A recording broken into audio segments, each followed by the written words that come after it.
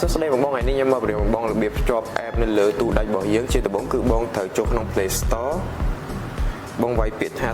Toyal ដោយសារនេះខ្ញុំ download ហើយអញ្ចឹងខ្ញុំចុច open ចានេះគឺខ្ញុំ set up ហើយបងជាដំបូងគឺពេលបង download ព្រាមនោះគឺគេតម្រូវការឲ្យបងនោះដាក់ Gmail ទៅនឹង password Gmail តមកបានចូលមកដល់កន្លែងហ្នឹងហ៎បងអញ្ចឹងមកដល់កន្លែងហ្នឹងគឺបងចុចសញ្ញាបុកខាងលើនេះតមកយកទី1ចឹងបងមើលមកទូដៃ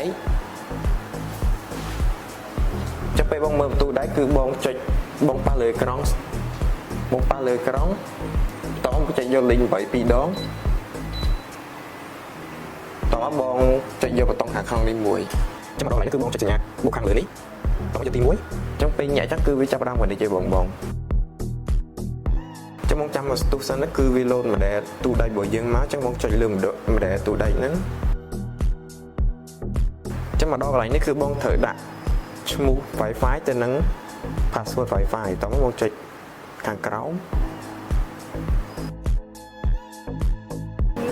តោះបងចុចខាងក្រោមនេះមកគឺប៉ុណ្ណឹងរួចរាល់បង